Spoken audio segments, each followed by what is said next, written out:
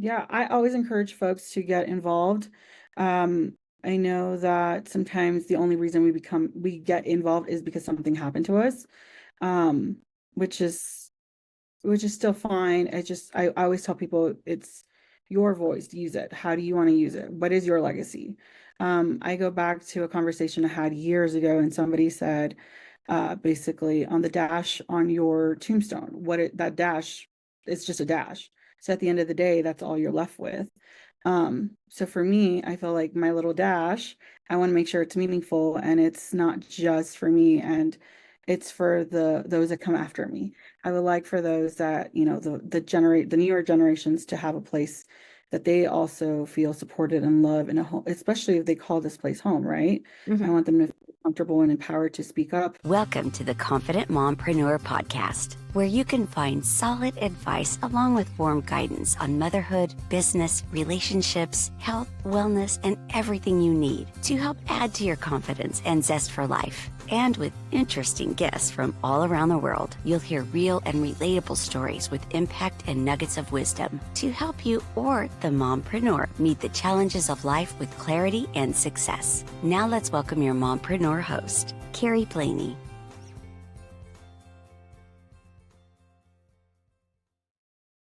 Well, welcome on this morning, Rosa. I am so excited to have you here. I'm so happy to be here. Thank you. Yes. Rosa and I have followed each other on Instagram for years at this point. And we actually met for the first time, face to face in person at the International Women's Day event that I did in Rock Springs. And I was like, gosh, I know her. I love her. So I was so excited to see her. And now I'm so excited to have her on. I am so excited. I know, right? I can't believe we finally just met this year. I'm excited. Thank you. I know. It's so funny because I often feel like we've been friends for a long time just because of all of the social media connection that we have. And it's so interesting because I think we're both very vulnerable on that space. And so we just kind of had that instant connection. Oh, 100%. I think that we're both very open people and speaking freely. We're like, oh, we know each other. What's up? Hi. Yeah. What's up? I love that. So Rosa is always doing amazing a million things, but do you want to just kind of condense it down into a short little introduction of who you are, what you do, your family, all the good things? Sure. So I'm Rosa, Reyna-Pugh. I am out of Rock Springs. This is where I call home. I'm originally from Alamo, Texas, a little border town in southern Texas and Mexico. So I grew up 20 minutes from the border, and that was really fun. Definitely created my character. And now I have called Wyoming home for almost over 5 years, almost 10 years. So I live here with my husband, Scotty, and then we have two dogs, Wimpy and Walter. Yeah. Nice. I love that. And you and your husband are so funny to just watch online. I'm like, you guys seem like total opposites that go perfectly with each other. That's exactly how it is. Yes, I love that. We are completely two different people. He was raised fishing and hunting and riding four-wheelers out in the country in Mississippi. I was raised basically in a city where you didn't walk everywhere like he did because he was like, oh, I used to go and walk through woods, and I was like, I can never do that. I think I went fishing. According to him, it's not real fishing. If my dad did everything for me, including taking out the pole with the fish, and I just didn't touch it. So we were raised completely different, and somehow we just click, and it works perfectly. So yeah, it's great. And how long have you guys been married now? We will be going on 9 years this Wow. December. Yeah. That is amazing. And like I said, it's so funny to watch you two because he's totally that southern red and white boy. And then you're Really? this beautiful city Hispanic girl and shouldn't work, totally works. Exactly. I mean, I guess what is it? Opposites do attract. Hmm. So we've made it work. It's been fun, and we've done a lot locally, and then we travel a lot. We're involved heavily with our community and Yeah. our family. So yeah, it just works. It's perfect. I love it. Well, and that brings me to my next question for you. You're very involved in your community, which is amazing. You do so much for the Rock Springs area and Wyoming as a whole. Tell us all of the things that you kind of are involved in right now. Of course. So I am the Civic Engagement Director for Equality State Policy Center. So we are a nonprofit, nonpartisan organization that advocates for fair elections and transparent government in the state of Wyoming. And so I lead the Chair Project through that. And the Chair Project works specifically with Hispanic and Latino community members. For the last 2 years, we launched it back in September 2022. And the program works to try to increase their civic engagement, bring them to the table where policies are made, and give them a voice like everybody has. And so we've been working with that community. And then I also sit on the downtown URA board for Rock Springs. And so we also work with local business owners in that area, trying to make sure that they have the resources they need, how we can support them. I truly love that, actually, that I have fallen in love with that service board, and it's been amazing working with small business owners and just Yeah. seeing them grow and just go everywhere. Yeah, it's amazing. I also sit on the board for the YWCA of Sweetwater County. They are huge advocates for domestic violence victims, and they also have a childcare side of things. And so they're very great about empowering families and just women in general to do great things. So yeah.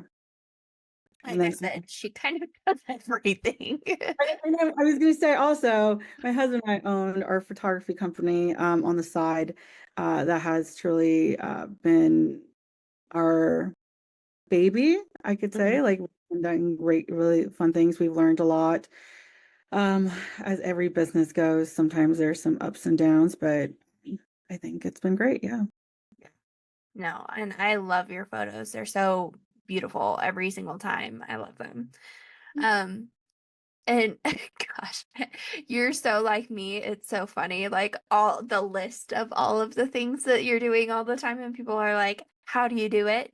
But knowing you and being around you, I can just see that you just have this love for your community, for the Latino community, and really doing everything you can to raise people up kind of behind you. So, as a Hispanic woman, why is that so important to you? And what has you being here and doing the things that you've done and also helping that community really shown you about that community here in Wyoming? Yeah, so I moved here, like I said, a few years ago. I want to say 2017, we moved here. And I quickly learned that there was not a lot of resources that I had seen in Mississippi and the South. And, there's a lot of organizations that work specifically with um, that group of folks. And so when I moved here, I was looking for resources. I I'm a non-traditional college student, and so I was looking for some support in that world, and I And a couldn't first generation college student, correct? exactly. I am the Yeah. first in my family to have my bachelor's degree that I earned this year, and so yeah. But so there was not a lot of organizations that I can kind of reach out to for that support, and I quickly learned that there was maybe one organization in the entire state that was based out of Cheyenne. And it just kind of created this little fire in me that I was like, okay, can you guys come here? So I brought them here to Rock Springs. We did some trainings. We got some community members together. We did some advocacy work that I didn't even know what it was at the time. I thought I was just doing good things. And apparently I learned what organizing was. And so we hosted some postcarding events for folks to feel like they can reach out to their lawmakers. And that was that. And then, COVID hit. And so what are we doing? We're at home by ourselves. And Scotty was still traveling. So I started joining these calls with them and just listening and learning. And I'm like, oh, I could do this too. And There was one moment when somebody said, like, if it's not you, then who is it? And I was like, you're right, because there's nobody else here. Like, I guess I'm gonna have to start doing this myself. And it has been a few years of a lot of hard work, but now ESBC has given me that platform to support my community and get them there. It's the vision is that one day we'll have people in leadership roles. I would love to see a diverse, not just legislator, but just every leadership level have Yeah. somebody that look like the general public. So yeah, it's this community means a lot. I know that there's times where I've needed someone and they all show up. So my love for Rock Springs and specifically that Hispanic community here is just amazing and forever grateful for them. Yeah. Which is amazing. I mean, I always tell people that like some of the greatest things that we'll ever do come out of our own struggles and like realizing those kind of like holes in the systems or problems or whatever that like if we're facing it, other people probably are too. And like, how do we go about solving that? So, like, as you were going to college as like a first generation student, you're like new in Wyoming. What was it like? And what were some of the major things that you're like, man, this really needs fixed right now? Oof. Where do I get my list? I'm just kidding. No, Like, right. So somebody made the comment, basically, this is what triggered. This was my what is it? My story part. It starts with somebody asking me if I spoke English. And as you can tell, I am speaking English. And I was very taken back by that because the way that they explained it, I was like, wait, am I not speaking correct English or English that it's to their standards? And so then I started doubting the way I was speaking and the way that I um, expressed myself. And so I started kind of questioning myself and who I am and my place in this world. And then it just trickled down and it turned into also anger and rage.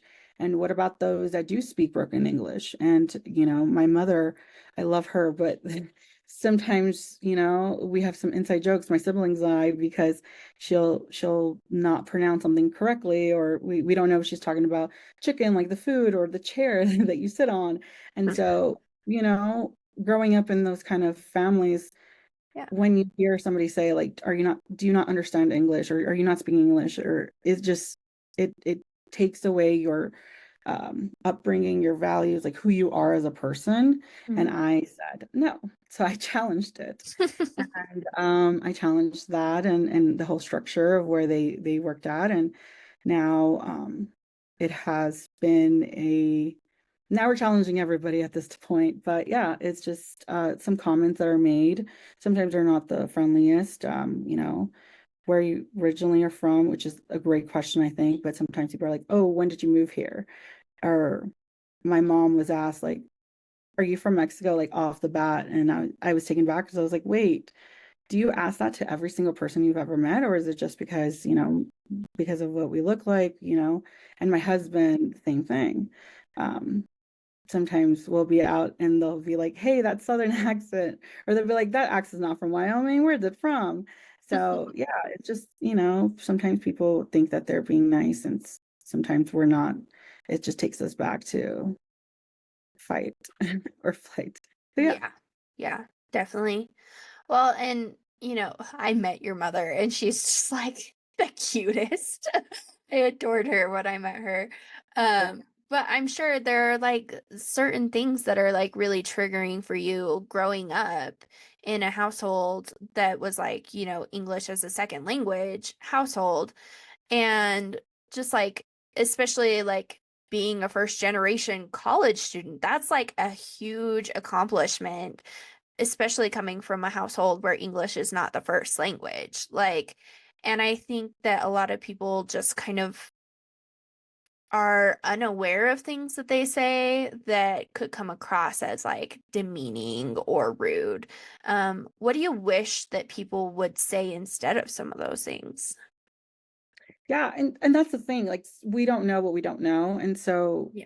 like I said, it created rage in me and now it has created a teacher in me. So everything is a learning experience for everybody. So Yes. instead of being like, oh, off the bat, like, oh, your English is really good. Just, would you say that to somebody that looks exactly like you? Is that something that you would say out loud to your children or something? Your loved ones. It would be more of, oh, uh, where, before Wyoming, where is it you call home? Like, there's just, it's language and what's natural to us. For me, I never ever ask somebody like, oh, where did you come from or where are you from? I always say like, oh, have you lived in Wyoming all your life? And sometimes they're like, oh no, I lived, in Utah or Colorado or Mexico. Like, it just depends the question, and then they open up to, oh, let me tell you about myself and my history and where I come from. And I think that it could be a beautiful positive moment, or it could be a very negative one in their lives. And so yeah. Yeah, which I mean, I love that you say that you just don't know what you don't know. And sometimes, like, we don't remember to filter the things as they come through our brain and out our mouth. So, just like taking that momentary pause and like being like, would I say this to a friend? Would I say this to my kid? Whatever. My partner is not from the US, has a very thick accent, and we get it all the time. So I 100% understand. Yeah. So I'm glad that you understand. And you guys are adorable too. Thanks. I appreciate that. So, like, as you've started kind of working in this advocacy space, like, what are some of the biggest things that you would say to like the Hispanic and Latino community about how they can get involved in things like politics, advocacy, and some of the work that you're doing? Yeah, I always encourage folks to get involved. I know that sometimes the only reason we get involved is because something happened to us, um, which is still fine. I always tell people it's your voice, use it. How do you want to use it? What is your legacy? I go back to a conversation I had years ago, and somebody said, basically on the dash on your tombstone, that dash, it's just a dash. So at the end of the day, that's all you're left with.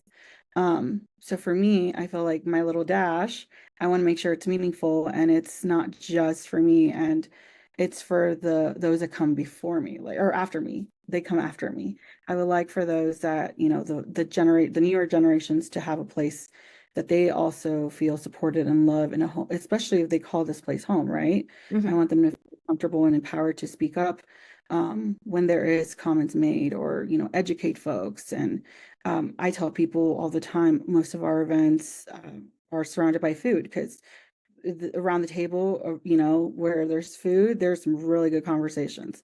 I've had And dinner that's culturally very important. Exactly. And I was invited for lunch, and we ended up staying for about 4 hours after, just having a really good conversation about their life story and our life story. And it was just amazing and beautiful moment. And now, food brings everybody around, and it's an educational moment for us. So yeah. Yeah. Which, I mean, so much good stuff there. I love that you like create those spaces and environments where people can feel comfortable and like really ask the questions, or the talk about the struggles that they're going through, so that like you as a community can all connect and kind of like rise up under them and be like, yeah, we support you. Here's what we can do. Here's how we can help. Which is amazing, especially for like the business owners that you said that you work with in Rock Springs. I'm sure that's a massive help. It is, especially so this work that I'm starting to realize is that it has never been done before, or it has not, there's no template for this, right? So it's a lot of trial and error, and going into these small businesses and creating a relationship with them and hearing their needs or their concerns. Once somebody opens up and is no longer, hey, how are you? Thanks. Have a good day. Like, that's it. Once they start having that conversation with you, then that leads you to, okay, well, how can I help you? How can I support you? How can I empower you? Resources. I have had business owners, contact me and, well, I don't know, this is my first business. This is the first building. This is my first year. Who do I pay my taxes for? And I'm like, oh, let me help you, right? Like, and I've called, you know, governmental offices and asked, do you have somebody that speaks Spanish? Or I've gone up there to translate for them because I know how important it is for them to succeed, because nobody wants to fail, right? Especially if you have a business. You're not opening up a business with the mindset, I'm gonna fail this, I'm gonna break this, like we're gonna end this in a day or two. That's not the goal. So if I can go and support, even if it's a quick little 5-minute call or text them a phone number that they can use or a website, then it's helpful for them and for myself to feel good, like, okay, I helped them. What now? What else? Because in the future they might be calling for something major and I might have those answers. And I tell everybody, I don't know everything. But I can get you connected to somebody who But does. exactly. But who do you need? Tell me what you need, and let me see who I have in Yeah. my contacts that can help you. Yeah. And that's how it is, right? Like, and that's how community should be. I always think about like an era before the digital social media platforms. I remember my mom would go on the phone book and like look for certain numbers, and um I'm like, that is so different back then, how they did things. Today, when we can go ahead and search, but then it's easy for us that do speak English and everything's in English. But those that speak Spanish, they're still probably looking at phone books. They're still there, like they don't realize it. I think back of my organization that I work for. I love my organization. We have an amazing team. Our logo, I was tabling at a Hispanic event. Our logo has, I encourage everybody to look at it, but it has a capital on the, like, it's circular and has a capital in the middle. People are thinking that we're with the government, and they're like, "Oh, you're with the government," and I'm like, "Oh, no, no, no! Like, we're a nonprofit. We're separate." And so when I brought that information back to the team, they were like, "Oh, that's interesting," because for us, we read it and we're like, "We know what this is. It's not But if government. you It doesn't. can't read it, yeah. If you can't read it, then you're assuming that's what it is." And so to me, it has changed the way logos work. My photo company, our logo, it's just simple. And I did not add Pugh, even though my last name is hyphenated. I just add Rosa Reyna, because that way people know, oh, she has to speak bilingual, she has to speak Spanish, she might, and I put everything on my stuff, both languages, because you just never know. Yeah. And so having that for them is so helpful, and being able to be that little avenue, it's great. Yeah. And just creating, like you said, you can't do everything at all once, but like creating small steps towards accessibility in all of those spaces. But like you said, even in like the government and voting and those types of things, I feel like they could do way better with accessibility for, everybody. But I do love that you really like step up and support like the business community part of it too, because what a great opportunity that is. And like, isn't that the American dream to like be able to come here and have your own business and grow it? And I was actually at a conference in Cheyenne a couple weeks ago. It was the Connect to Women conference. And we had one of our classes on the gender wage gap. And we were talking about, there are a lot of things that go into that gap, but also it's disproportionately affecting people of color, indigenous people, and the Hispanic and Latin communities, and how like we already deal with that as women and then add all of those other factors and it like completely shifts it. So the opportunity to like own your own business and make your own money and not kind of have to deal with some of those factors is such an amazing opportunity. It is. And I think the system, no system is perfect, but our system is it.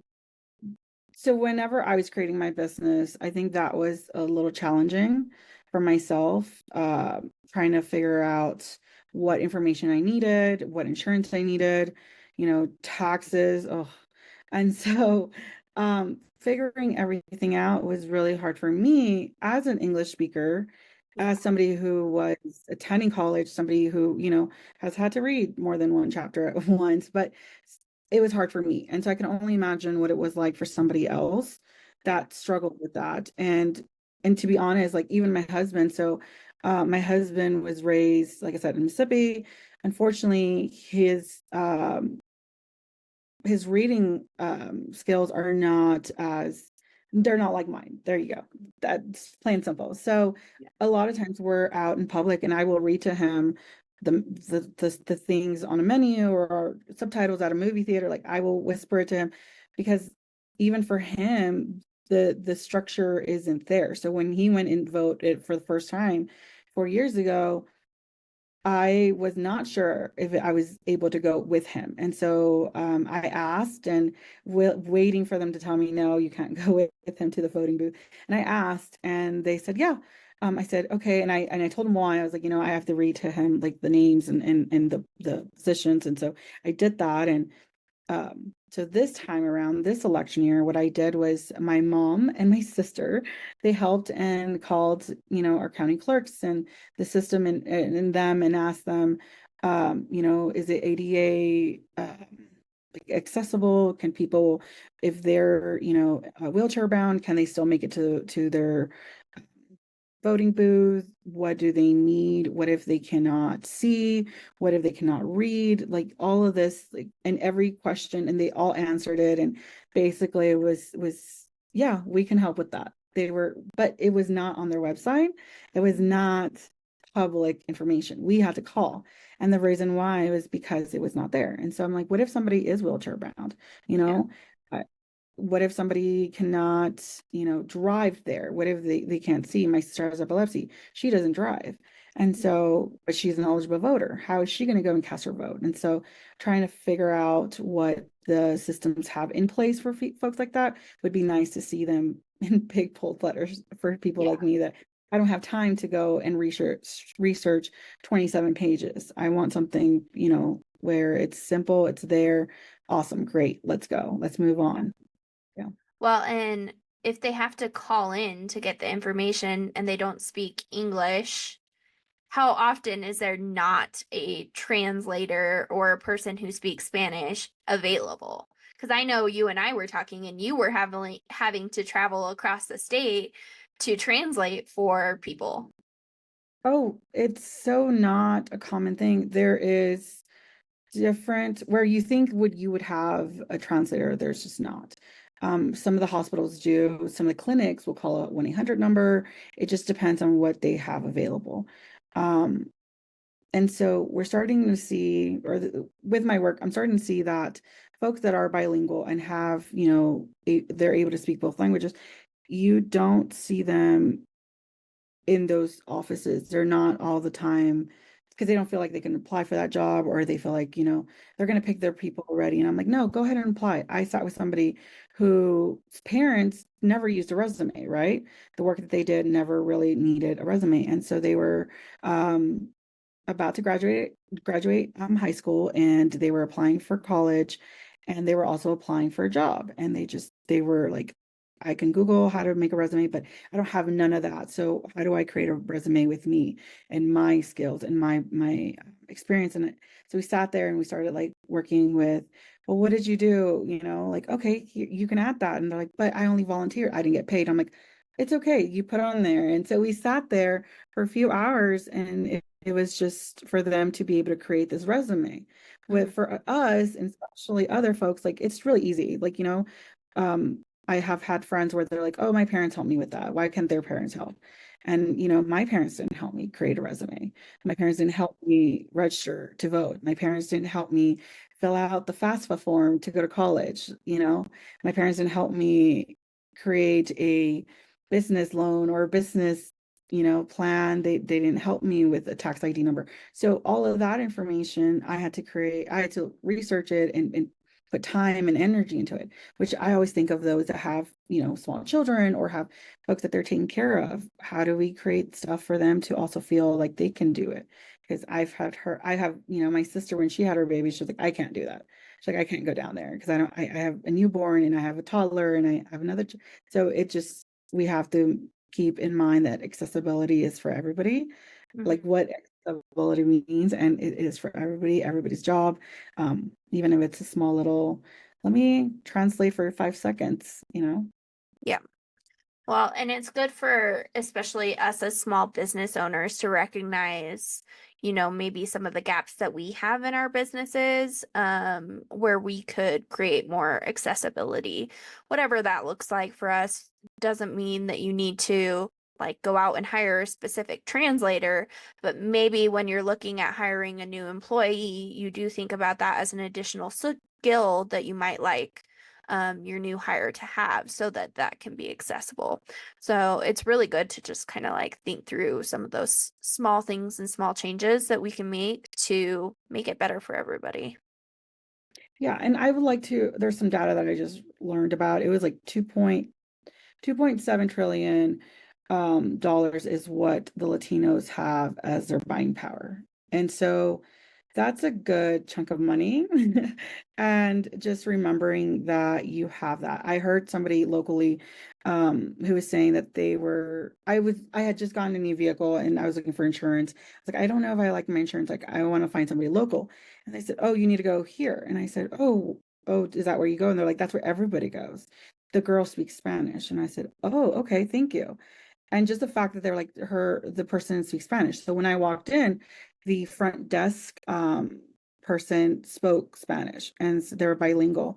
And even though it was a service that I personally did not need, the fact that people were like, this is where we go because there's somebody that speaks our language. I know I've seen my mom every time I go to Walmart. I'm not a fan of going to Walmart, but when I do take my mom to Walmart, she's like, oh, she looks for her favorite register clerk, cashier, so that way she knows that she can speak bilingual. She can speak Spanglish with her, and so she gets excited to go to that one person. And we won't go outside of those hours because that person's not there. So yeah, we pick our little things. Like I always tell people, we have our favorite, mug or cup. They have their own place that they want to go purchase stuff.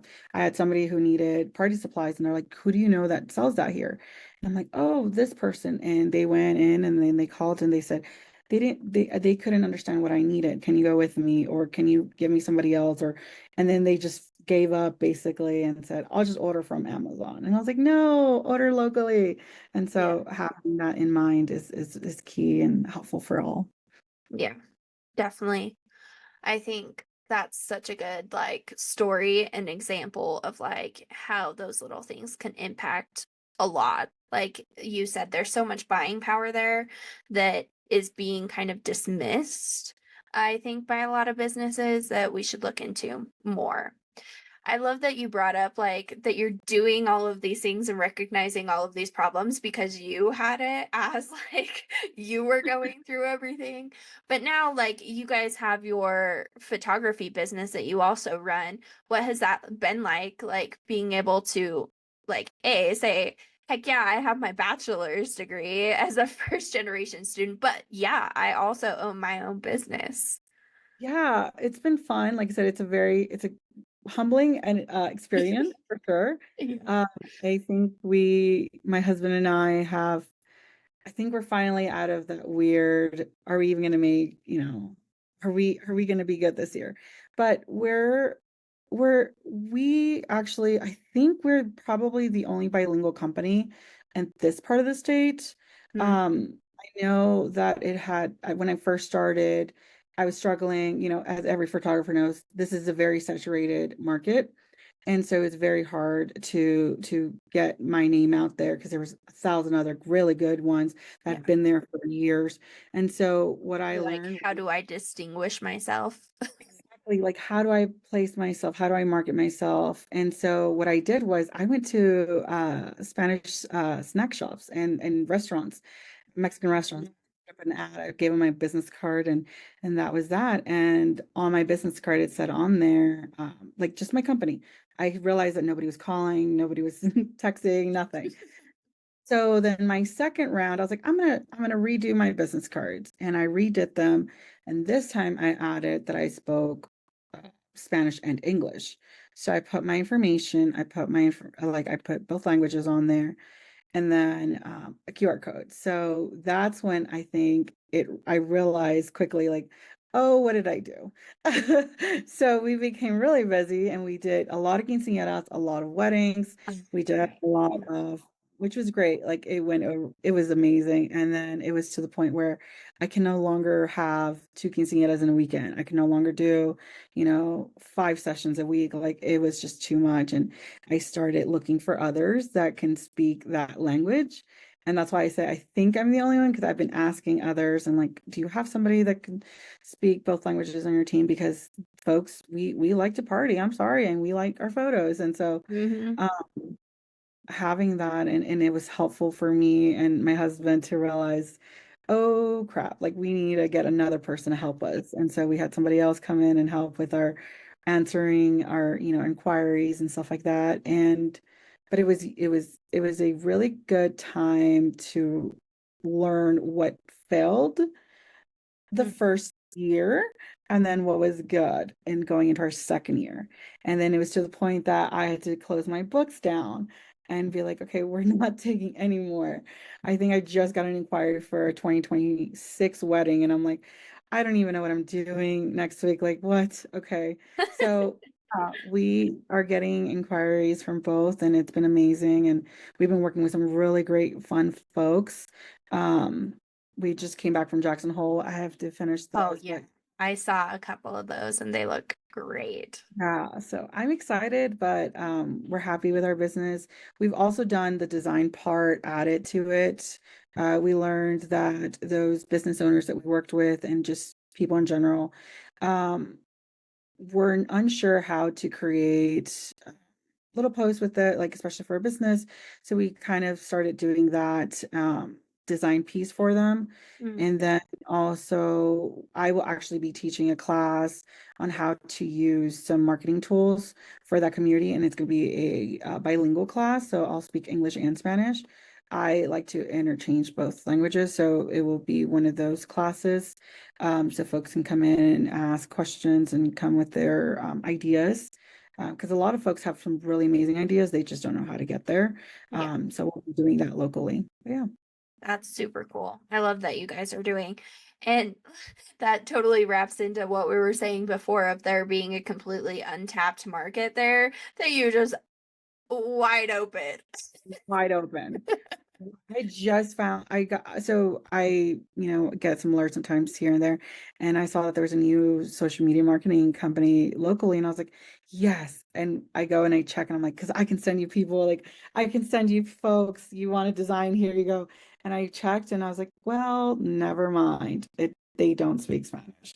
So I'm like, they don't. And I asked, I was like, do you have anybody on your team? Do you have like anybody that you can bring on? And no. And so, and there's a lot of us like first gens that are always looking for jobs. Like I know my first job was at a restaurant. And so, you know, I hated it. And I was like, I wish I could find something else.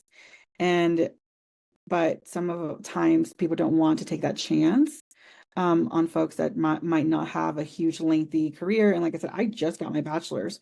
I'm 33 and I just got my bachelor's this year. And so um some folks might have said no to me and didn't realize that I was willing to put in the work, willing to learn, and I spoke both languages and, hard worker. But I just got passed on because my degree wasn't there. Yeah. And so, yeah. Which I mean, my partner came over here for college, never ended up finishing his degree, but he is like the hardest worker I have ever met in my life. And I think that's true about like a lot of like the immigrant community and their families is like that is an ingrained value. They are very hard workers. And if you tell them to do something, they will do it and follow through. And like you just have to kind of drop some of those barriers that are in their way to success. Yeah. And, I always tell people like, I'm working towards my degree. I'm working towards my degree. And my work took a chance on me. I didn't have my degree when I first started, and they took a chance on me, and I was like, awesome. Now I do everything I possibly can for the organization and to support it however I can. I bring in all the contacts that I have. I'm like, let me call who I need to call. Like, you need somebody, let me figure it out. Um, but it was because they took a chance on me, and I'll forever be grateful for that and truly love them for that.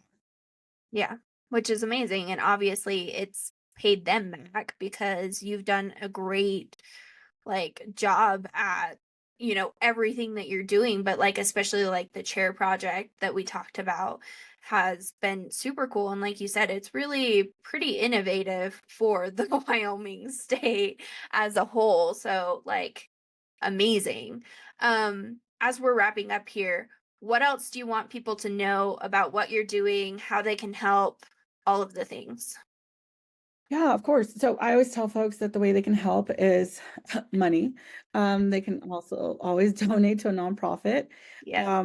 But also just start signing up for our newsletters. We have a lot of good information that goes out in those, equalitystate.org, and we always get folks to come in and get information about how to go and speak to your elected officials, about issues that they care about. So issues that I care about, you're probably not going to care about, and or my neighbor probably won't care, right? But we can all kind of get the same template, kind of figure out how to do that as a whole. And so we are currently asking everybody to vote. We have a resource page where folks can go in and get all the answers that they need. If they don't see an answer to their question, they can email us. All of our stuff is online. They can contact, reach out, and we will try to get those resources to them and answer any question. But we're asking everybody that's an eligible voter to please register, please vote. It's, you have that right, and please use it. Yeah. Well, and like you said, there's not enough representation for those people and their votes right now. So the more that go and do it, it's going to be better and it helps us all in the long run. And I'm working with 2 local legislators right now to change some laws. And honestly, it's super easy to get involved and do. You just have to know who to reach out to, and they've got all the resources there. So, which is Yeah. amazing. And that's why I always tell people, remember, they didn't get into office just for funsies. Like they didn't just go in and apply. They actually got voted in, meaning that there was folks that they went and spoke to, they chose them, they voted for them. So they can easily be voted for, out of office, like that they work for you. As if you live in their district, contact them. It doesn't matter. Some of them are more than happy to go and have coffee with you. Like I have contact our local legislators and like, hey, do you guys want to meet up for coffee? Like I have some questions about, this upcoming, legislative session, or why did you vote this way? Or, hey, can you support this? Or just in general, can, representation issues, or, school issues. I've had parents where they reach out to their school board and they're asking questions and they get those questions answered.